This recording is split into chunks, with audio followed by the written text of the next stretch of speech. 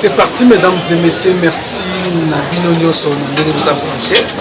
Merci Nabino Nyoso. Voilà, spécialement, tout ça, on a parlement de à son frère. On est coordonnateur à son frère, Zando à son frère. Armand, président Armand, on s'entretenir dans différentes questions. Surtout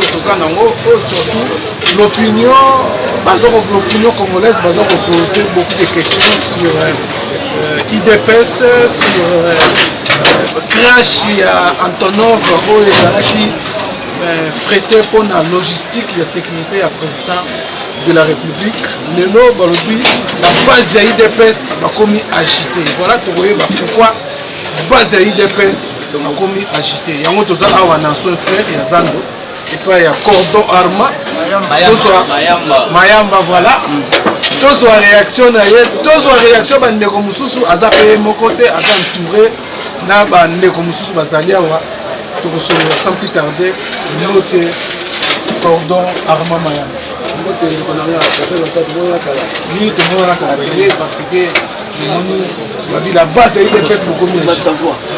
Bozo ko agiter pour nani pour président de la République à l'obli il m'a au calme ndenge bino bono bakangeli to mono na stade apesa moka pa ya nzambe bino bokomi manokaji ça peut-être mais to comme il veillé on d'abord réveillé te boba na yo kakini obeta kawa IDPS vous avez fait vous avez dit ce mais bakisa misu makasi pour makambo to moni c'est le chef de l'état fait alors voilà moi bonde commune c'est le pe ala telongi ndé ankoyi kwa zama la ko donc voilà alors pas que pousser la dictature ce qui vient monter comme la sécurité vient monter comme parce que sur la coufia ça sauter trouver la solution est arrêté on a coupé et puis des personnes c'est pendant là parce que espoir pour le moment on va faire ce qu'ils alliés ce qu'on est l'autre va gâteau là nous gatongo va Félix a coupé et puis ça va yo au téléma ah tout le monde au téléma il y a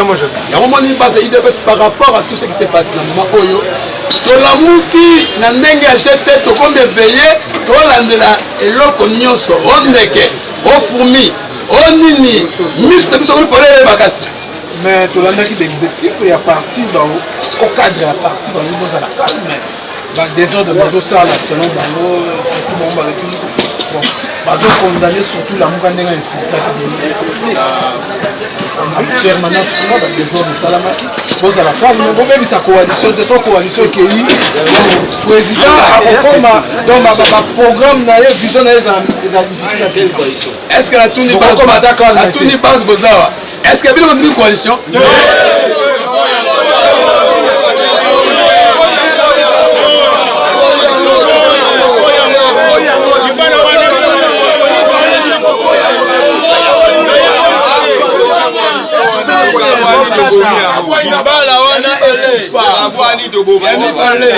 la moto na tuninga auto infiltré est-ce que vous avez infiltré vous avez infiltré le président il a secrétaire général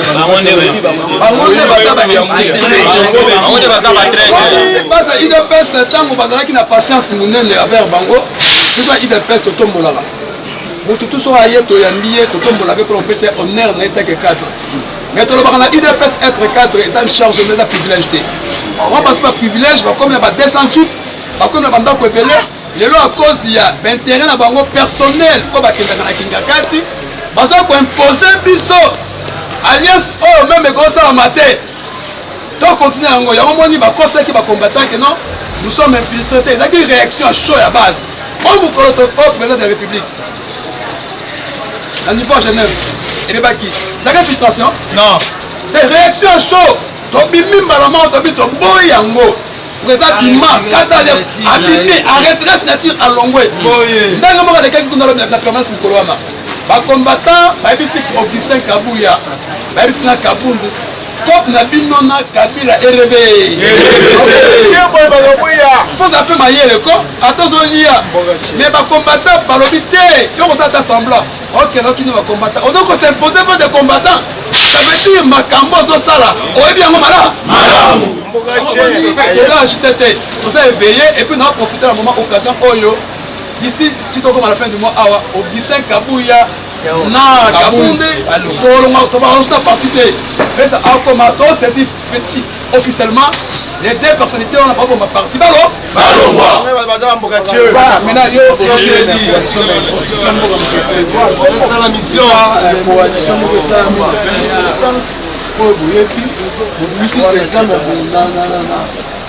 l'Assemblée nationale aux majorité. Oui, constitution de l'Olibo, il faut coalition, soit cohabitation. Donc ça dit cohabitation, coalition, il y a un esprit à bien. L'esprit à vision, il y a le peuple d'abord à changement. Tu vois que coalition a été porte, tu as la bannière, de banane, il faut faire coup d'État, pour chef de l'État. Alors, net au monde, le bateau qui est mabe, avant le pire, il y a Tokata Yango. Mutu a travaillé na quoi na soit qui le niveau majorité là-bas au parlement le monde qui va que or les bandes à volonté à peuple biso peuple tout terme là-bas donc tout dans la capacité nous surtout à bloquer bango sur le plan politique. Alors par rapport à la coalition wana chef de l'État est mort andimaki yango par rapport à circonstances comme chef de l'État attendez que majorité dans l'équité tout sangana projet à chef de l'État et pour la majorité autour de la wana. Bamana comme que projet ça la maba comme qu'on contredit projet à chef de l'État. Na rotuna motuna malgré de soit tout est pas nayo. Ministre de la Défense au ba coalition. Avec une instruction ou puis pas voir que la voix de président. Le lot on a quatre ambo quand on la président combien? Chico président Moussa Outiwa. Au monde que coalition là est une coalition et ezali complot pour la détruire le chef de l'État. Il y a mon biso de comme plus loin tant que va combattre à base. Tolobi na mokondi. Tolobi ton image comme chef de l'État est qui important à moi. Pour le moment, travailler en qualité de chef de l'État, ça la musala na yo. Yondo zali numéro 1 yako. Ce qui est simbité, donc quelqu'un na coalition ou la sentiment. Yango moni biso ba combattant tolobi te. Kabuya na Kabundi. Bon mais c'est biso makambo na makasité. Makila batu bomelaki. Mama batu na kingakati. Pour information que peut être fait que image. Ya image ya Kabundi na Kabuya. Na kingakati. Obi que nazo bisayo présent na bango bi oh. Bino anga ba sala ni? Baba. Vous habitez là ngo. Les lois la coalition de comme complot contre le chef de l'État. Donc complot pour la même avant doki aya olokayo abo malfa dans la kata famille na yo. Et donc il y a des gars moi local en force en fait tout ça ayi balo. Donc il y a les bosser ou ta kata famille na biso idée. Malgré complet élevé mais pour pas fongola. Tant le chef de l'État a fait ça des accidents. Parce que la passe dans mon thème, oui, il y a des accidents. Mais on va dire manière, il y a faiblesse, on la gravité dans la tête. On des accidents et comme on se fait à Koufagi. Voilà comme chef de l'État. Comme un âge. Comme Nayoana. Na décision finale, on a yébani. Les lobes combattants sont motochés à 450. Pour dire que les fils au comme Iwana état que premier vice-président de l'Assemblée nationale, et ça dit avec qui pour commencer les bas. Mais puis on va combattre, on va laisser passer en gros. Il y a un moment où la sécurité à Mokondi. Pourquoi le loyo, le président de la République, la carte à présidence, va infiltrer ça tout. Et où tu vas, mais pas Kabouya. Na place on peut se présenter à combattre terrain Bakunda. On se bat tout le monde on peut se présenter à cause du membre. La cabinet présent. Le long présent comme tourmenté à cause de la fille. Mais il y a des combattants Bakundi ba fille na bango bien belé pendant la président fidèle, le va se retrouver. Mais il y a aussi une ambition de capacité 70%. On peut faire un secrétaire général, 70% à partir pour être combattant et pas dans le ministère de la Lokuta. On dit que nous avons marché, peut-être se confier à 70%. Tant que nous avons comme Ngando, on peut pas 10%, on commence par relation famille, parce que nous avons combattu dans la Liban. Et puis, comme payer Bani, nous avons des décisions finales, contre le ministère de Misala. Et puis, va préparer bon, en 2023, va combattre, va banquer la Félix, pour comprendre ce genre-là. Donc, on va banquer la fatigué. 70% pour rejoindre yango. Oui, mais le ministre, on a possédé, puis on revient à la bureau, on est tout Tchéliba. Tato Bima Babala. tobima na balabala tokoya wana tokopuka ministère wana tous les ministres contacter le président Mama Yamba contacter ba fédéraux contacter ba sectionnaires contacter opposants ba combattre à solo on va retravailler pour l'intérêt à parti et pour l'intérêt à moi Yamboka et non batuana balani mbuwa mabe bazo boma pa parti soit qui va banga koloba lelo sepeli bamusuka ba comité vierge pendant ce Kabou na Kabou ya Mukongo c'est ça chika tant vraiment sur le volontairement aujourd'hui et rattraper bango Kabou na Kabou on finit bango na bandefil ah na ba pecho musu oh ba comme confie bango en public parce que baza bato ça complot contre chef de l'État yango boni biso ba pecho na biso to défenseur na événement pour y baquer makambo to lo bango eza sérieux et puis to la kanda makasi et créer agitation mais créer garde-fou donc permettre de t'indiquer allez gars on est qui quoi ok voilà donc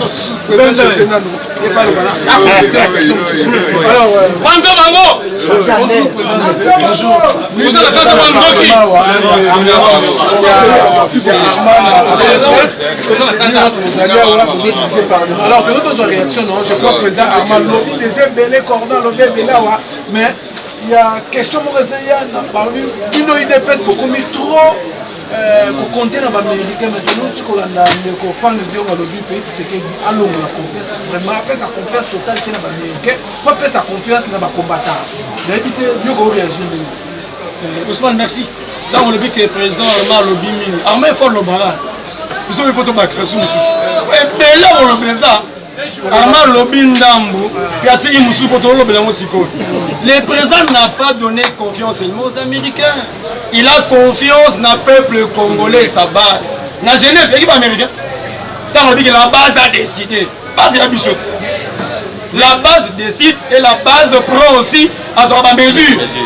Le président qui va américain va partenaire, oui, va partenaire parce que c'est une grande puissance. Mais véritable puissance à président Félix. Yoka base.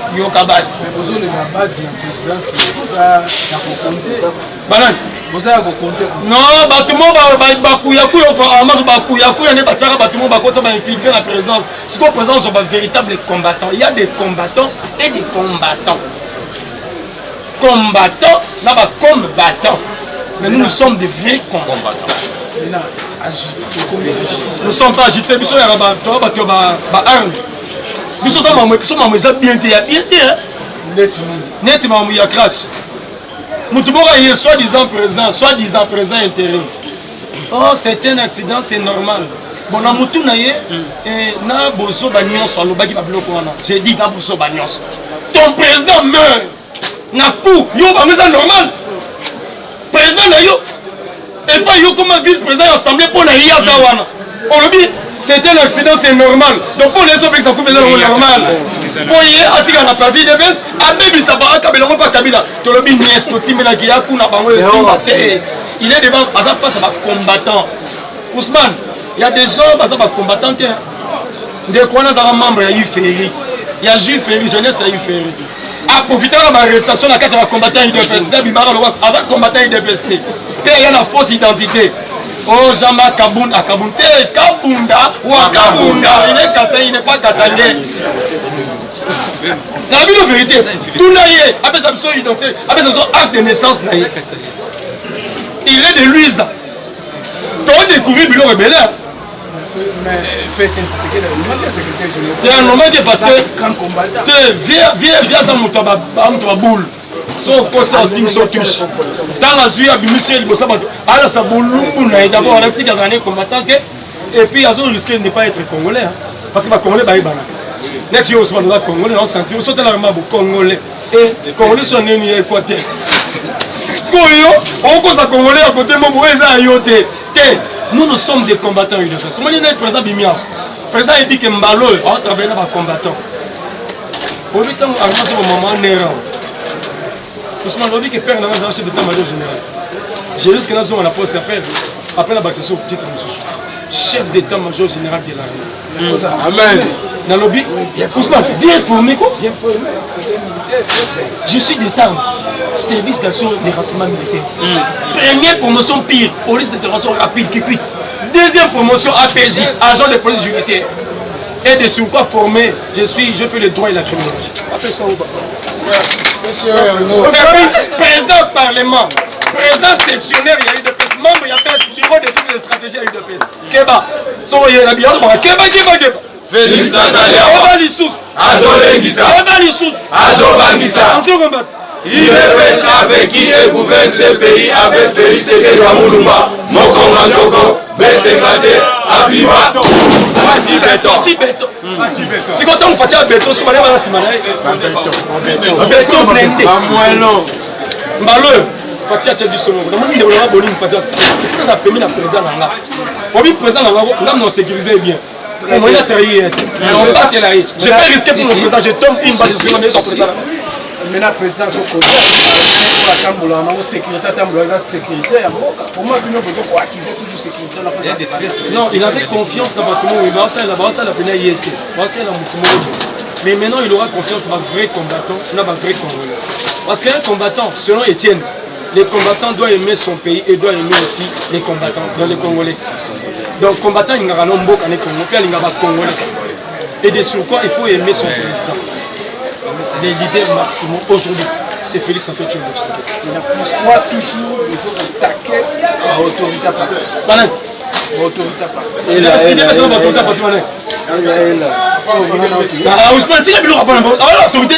Les autorités, c'est nous, nous sommes des cadres du parti. Les statuts, c'est nous sommes des cadres, nous sommes tous égaux en droit et en devoir. Il y a une différence entre avoir le pouvoir et être autoritaire. Ils ont le pouvoir mafieux. Un monsieur qui se dit soi-disant président en parti. Dans la statut en parti, il n'y a pas l'intérimaire, il y a président en parti. Les statuts disent ceci. Excusez, vous pouvez avoir un mandat. Autant un mandat. Lorsque le président parlait à l'intérieur, non? Les présidents parlaient à l'intérieur. Après, si nous disons excusez, il parle de ceci, de l'actuel secrétaire général. Qui est le secrétaire général? C'est pas Augustin, c'est l'autre là. L'autre là. D'abord, en tant que pour la publicité, c'est un Yuma, un véritable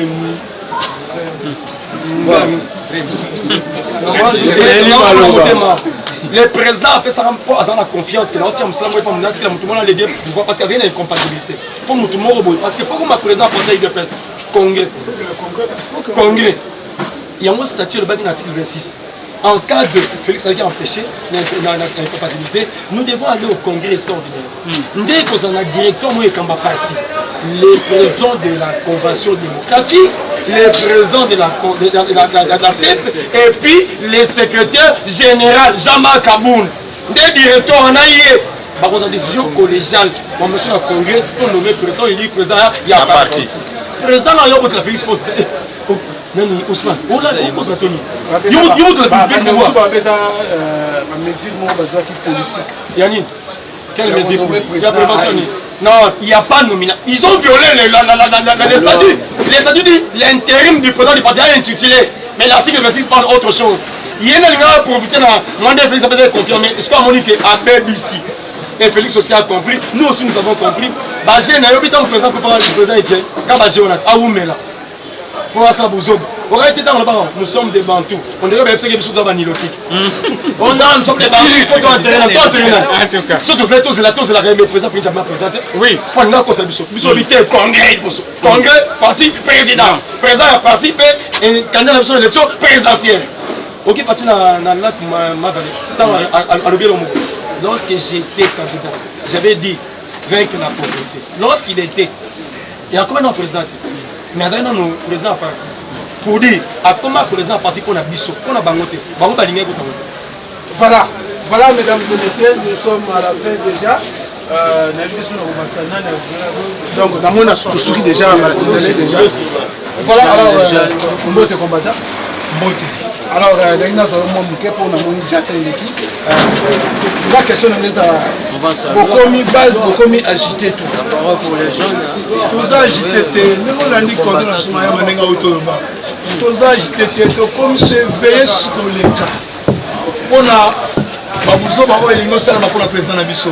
yango alobi ke tokoma agite koleka toagite te mais tokomisi efeye koleka lisu likola lisu pourquoi parce que buzoba elingi eleka kaka bato oyo toza na bango oyo mokonzi ya mboka apesi confiance kaka bato wana mpe lisusu bakomi kolia ye ccc yango biso tokumelaka te nde boyebi biso bana tobandaki komondela pouvoir ntina lelo eloko wana ekota ntina makila ti lelo ezalaka kaka so toyoki mwa nungunungu toumisaka te mbala mo tomisaka manzaka mpo bayebeke toza bavrai combattant sikobino mba bozolinga bolingi vraiment concrètement nini biso mpo na biso tolingi bakombata bango nde basimba bisika nyonso oyo esengi mpo na sécurité ya mokonzi ya mboka mpe mpo na kobatela mboka ndenge olandi président nanga José ndenge awuti oloba alobi kombata azali motu oyo d'abord fo alinga liboso mboka ye epuis alinga congolais nyonso po tozali bana ya ekolo moko.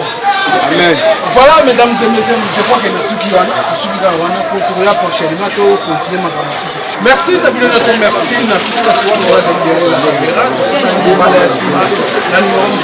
bye bye.